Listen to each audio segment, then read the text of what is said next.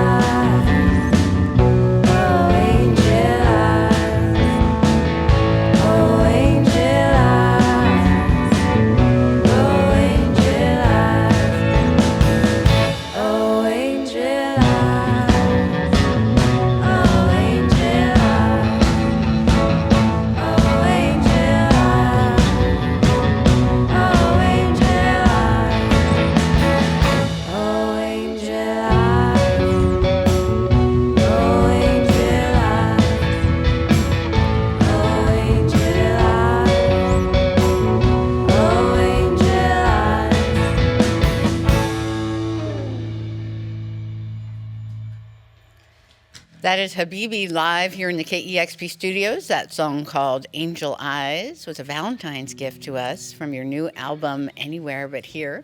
Came out on February 14th. How about another one? Okay.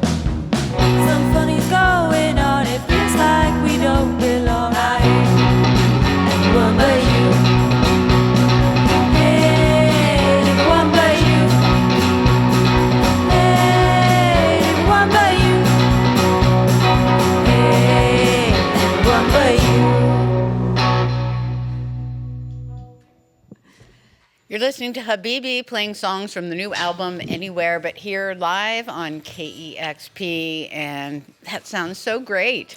Thank you. So wonderful to have you here.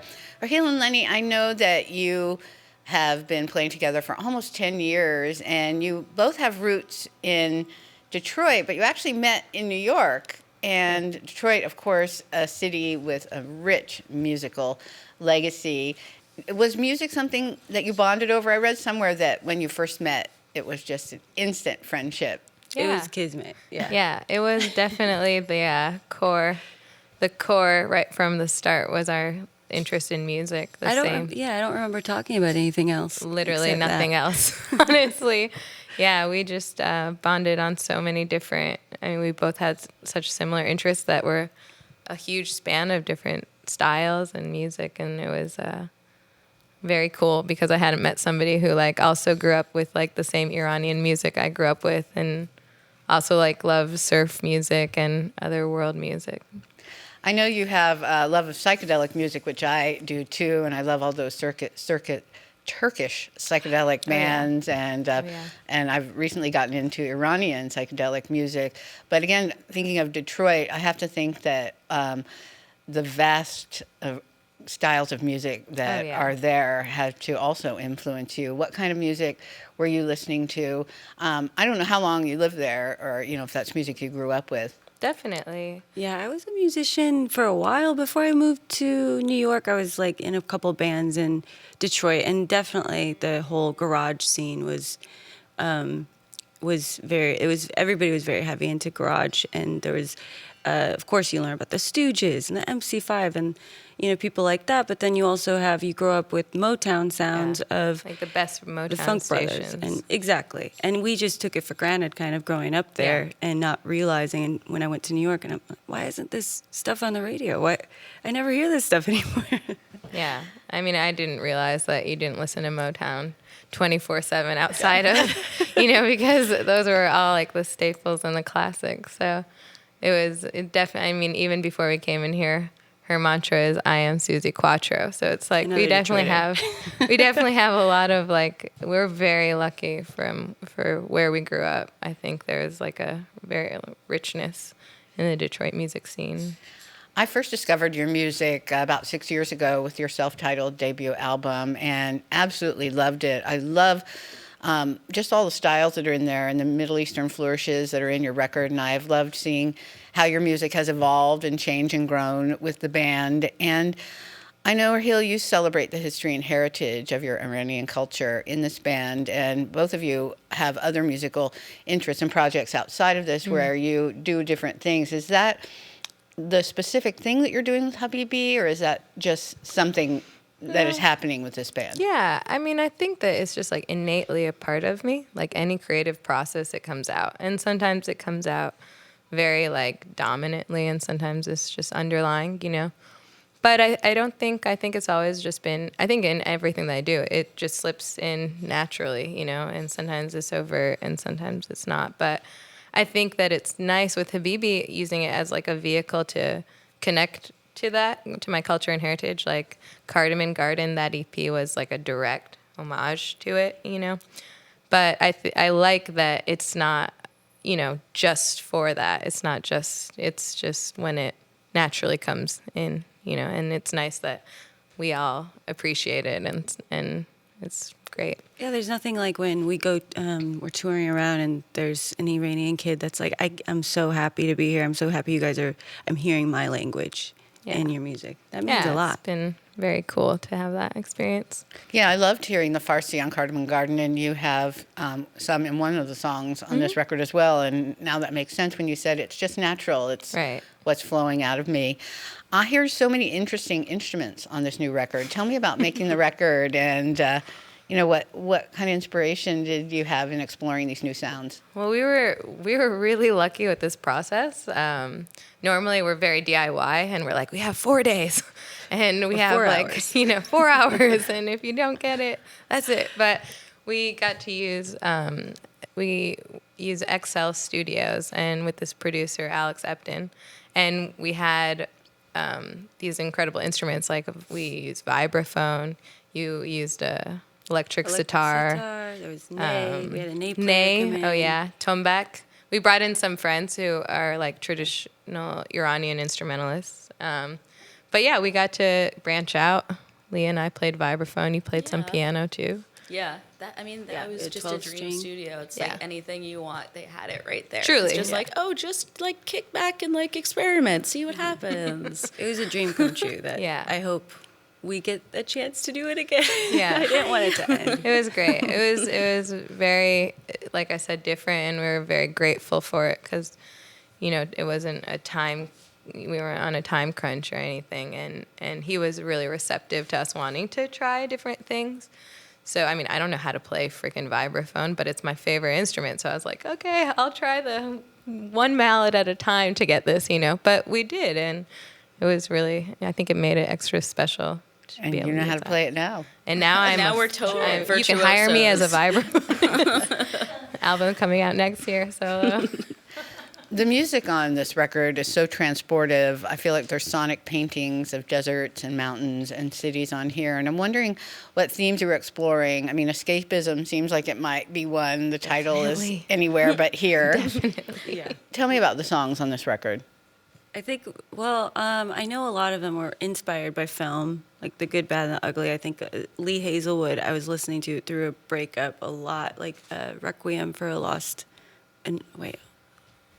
Lost Lady. I got that title wrong. Anyway, but a lot of the lush kind of imagery that comes with that. We wanted to, I think with everything going on in our personal and in everything politically and on a world scale, it just feels like a very uncomfortable place to be in right now. And I think we wanted to take everybody on a lot of adventures.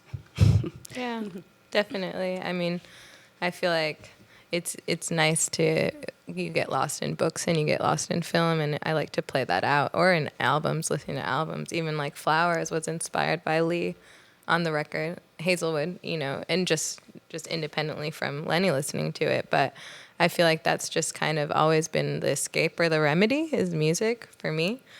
So it's just nice to have this to work on. Even though some of these songs go back, we wrote them many years ago, just like little drafts. But to bring it in and then tie it into what's happening now, I think that it lent that idea of like escapism or just, just like a wishing or something of wanting It's to a be dream. somewhere else. Yeah.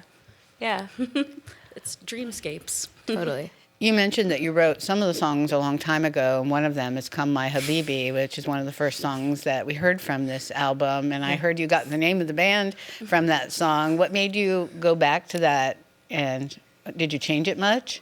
I think Rahil always didn't give up on it. I was listening to like lots of Turkish Psych actually, and I was like, oh, this didn't fit with Right. the first album to me. It was like heavy. When we were Yeah. playing it in my bedroom, I was like, whoa. I was like, this It is didn't go with like Right. sunsets. Yeah, the first album's not heavy. No. So we were like, what's a good place for this? Also, at that point in time, we would have never been able to fully Right. flesh it out the way we were Totally. in the studio with like people coming in. Mina. Mina Yeah. came in and did Ululation. And we had Jordan Nasser come in and do like a weird didgeridoo drone Voice, vocals, Yeah. we were able to get everything we wanted on it. And now, like It was just like a bookmark because we Right. knew, like, maybe you were like, oh, that's never going to happen. But it just made sense when we were figuring out this album. And we were like, let's, if we're sonically have gone this far, let's take that song to that level. Even going into the studio, we weren't sure what was going to happen that day. We were like, we don't know if this is going to work, but let's try it. Yeah. And it worked. Yeah. It sounds like last year was a busy year for you, and I'm interested to hear about the residency you did at Duke University and the work you did there and the conversations that you had with the students. Yeah, that was really special. That was so cool. It was I think it's called Building Bridges with Muslims in America. And it was just like for artists who grew up Muslim. I identify culturally as Muslim because that's how I was raised. I don't practice or anything, but it was so great because we got to speak to all these classes and tie in how that how we sort of, or I guess I get to connect with my heritage and my culture in that way. And also we, like, you know, a cool thing that we spoke to students about was like Dick Dale, for example, who is like the king of surf rock, or the inventor of surf rock. He's like from a Lebanese family. So how that, you know, the scales that like Lenny plays all the time, and she even has, what is it called? What's his It's like alternate his method. side picking or something. I don't know what it is. But it actually comes from the Middle East. Right. So I think that that's so cool to, you know, but it was cool. We got to interact with all these younger kids, and a lot of them had questions about, you know, how, or just, they were like, that's so cool that you feel, you know, it's inspiring that you share being first generation American, and you share that your culture, you bring it into your music. And it was just nice to make, you know, to talk about the impact of celebrating differences, you know. Even like we did a women's studies kind of class, but that was amazing too, just to talk about all these, to talk with a bunch of young girls about women in this male-dominated. It's getting way better than it used to be, but it's still kind of a male-dominated industry. The music industry is very, you know, you get paid less, you get you get a lot of sexist comments thrown your way that, you know, you're good for a girl kind of attitudes. And we had a discussion about that, and about how a lot of women discontinue, well, in rock and roll in general, it's not like a lot of people discontinue it. But we talked about how it's okay to be doing what you love to do, even, you know, like Shayna from Lulu's, amongst having a baby. Amongst, you know, it's okay to get older and still be doing this.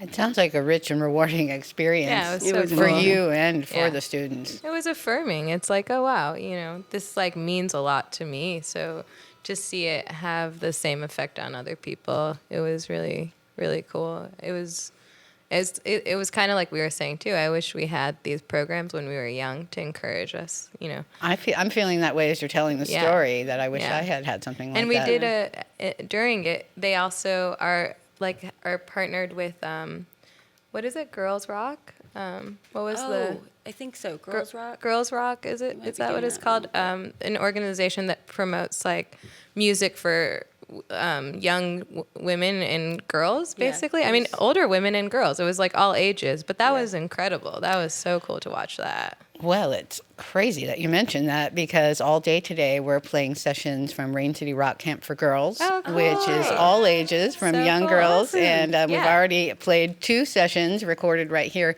in the So studio, cool. and we've got another one this afternoon. Ah, that's So awesome. I love that you brought that up. Yeah, I was like there, and I was like, why did my dad only put me in soccer camps? And, you know, I wish that I had known that those programs existed. I know. Even like I always had guitar lessons, but it was always like, I remember this little boy I babysat for. He started playing, like he started having lessons with my same guitar player, and he knew every Van Halen song, and I was like, what? What the heck? Like, it just was, if I would have had a workshop full of girls, it was like a safe place for Right. them to be and And to play music encouraging, and to be creative. Totally. It would have, you know, And it know would have that made you a could difference. come together with them and Yeah. start a band. You Right. weren't just Yeah. taking guitar lessons at home. Right. Yeah. Exactly. It was so cool. That was really inspiring to me. It's like, for sure. We're live here in the KEXP studios. It's Habibi and the new album Anywhere But Here. And love to hear more music if you're up for it. Oh, yeah.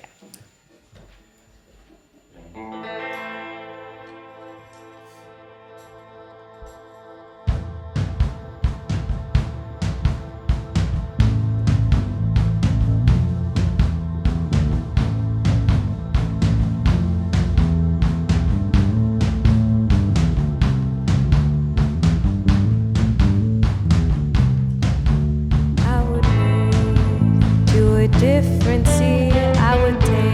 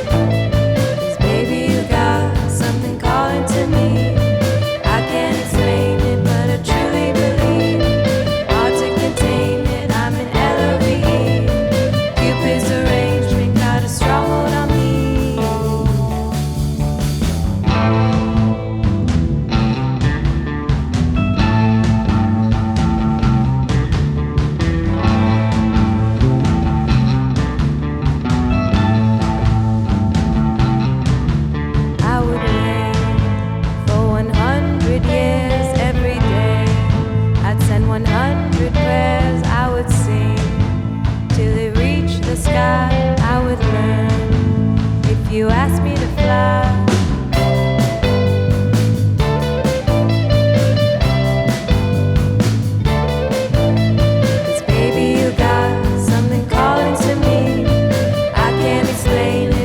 Truly believe, hard to contain it. I'm in LOVE. Cupid's arrangement got a stronghold on me.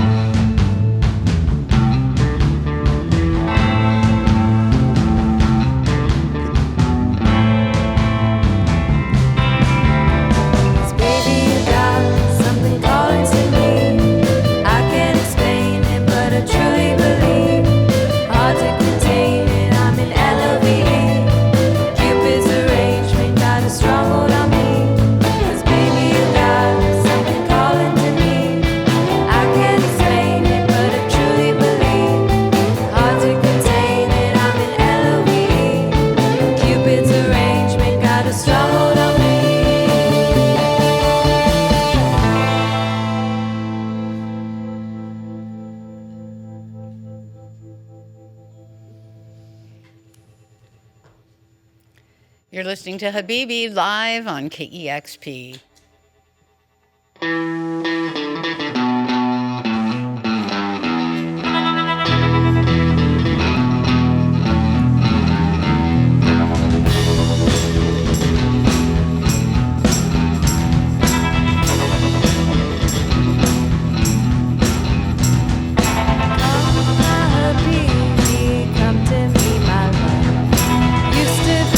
Baby, now you are gone. Come, my Habibi.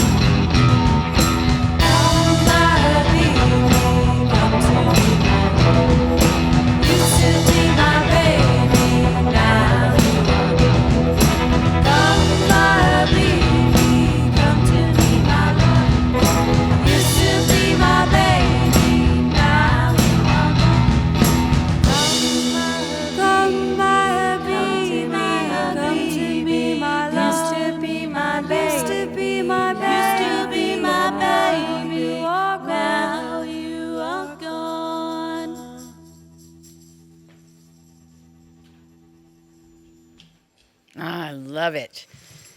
It's Habibi live here in the KEXP studios, the new album, Anywhere But Here. Thank you so much. That was fantastic. Thank you.